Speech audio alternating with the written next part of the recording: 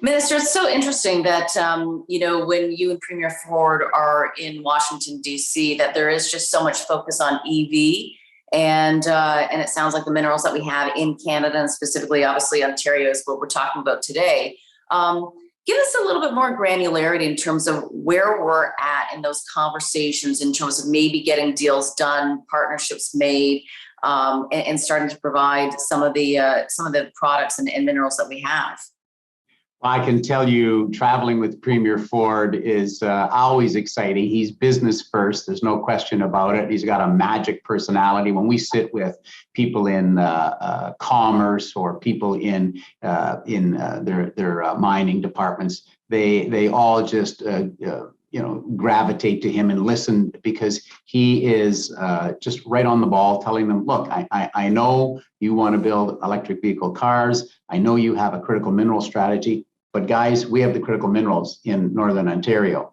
As I said, we have all of the minerals required to make a lithium-ion battery. So we would start looking in Sudbury, for instance, nickel. It's the nickel capital of the world. But north of Timmins and south of Timmins, there are nickel finds. Both are in their junior stages, but this is going to be revolutionary. Some say it's bigger than the Sudbury Basin. In northwestern Ontario, you have lithium, huge lithium deposits. And so our critical mineral strategy that Premier Ford announced talked about how we're going to get that lithium out of the ground and get it to the marketplace.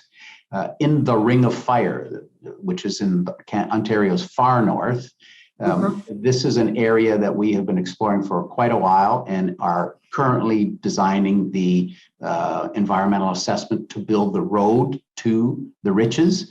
And it was always about chromite, which is needed for stainless steel. But now that electric vehicle batteries will have so much demand for nickel, there is a tremendous field of nickel. And so it makes the Ring of Fire tied right into the electric vehicle. Now, look, I live in North Bay. I'm a Northern Ontario boy. I can tell you, for the first time now in 120 years, Northern Ontario will be part of the auto sector. And that means tens of thousands of jobs. We're going to extract the minerals, make the precursor. There's cathodes to be made. They go into the electric vehicle battery. There needs to be a battery assembly pack built. So all of these things can be done at various places in Ontario. It's pretty fascinating that how things turn, right? And the development of the electric vehicles and how that positions Ontario so well to really take part in it. What are we thinking about, though, in terms of perhaps the timing? So we saw General Motors at the launch. One of their vehicles, in addition to the Chevy Silverado, the three shifts there, they are building the very first electric vehicle in Ontario. It's called the Bright Drop, and it is basically FedEx delivery vehicle. And it will be. I drove one of them. I had it up to 100 clicks. I tell you, I had them running behind me, wondering when is he coming back with this truck? It was so cool to drive. Wow.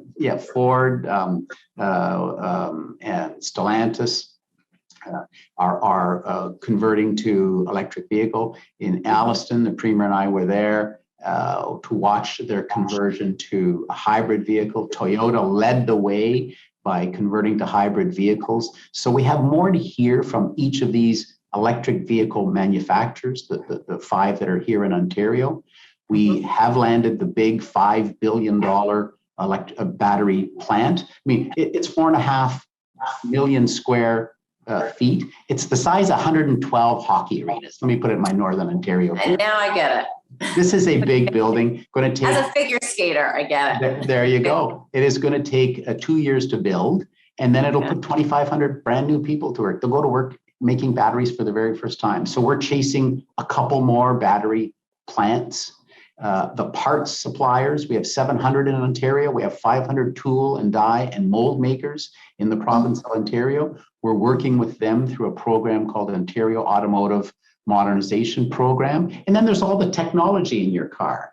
So you can push buttons for things. And we have a $56 million OVEN program, Ontario Vehicle Innovation Network. So we're end to end, from the raw materials to the tech in your car to the battery. We're all in here, and we've got couple of $1 billion of taxpayers' money that we slid in the table, we are all in behind electric vehicles. It's an amazing area because that's obviously where we're going and growing from an economic perspective. We're going to take a quick break, but when I come back, I want to get your take in terms of what you've also been doing in the life sciences side of life. We'll be right back.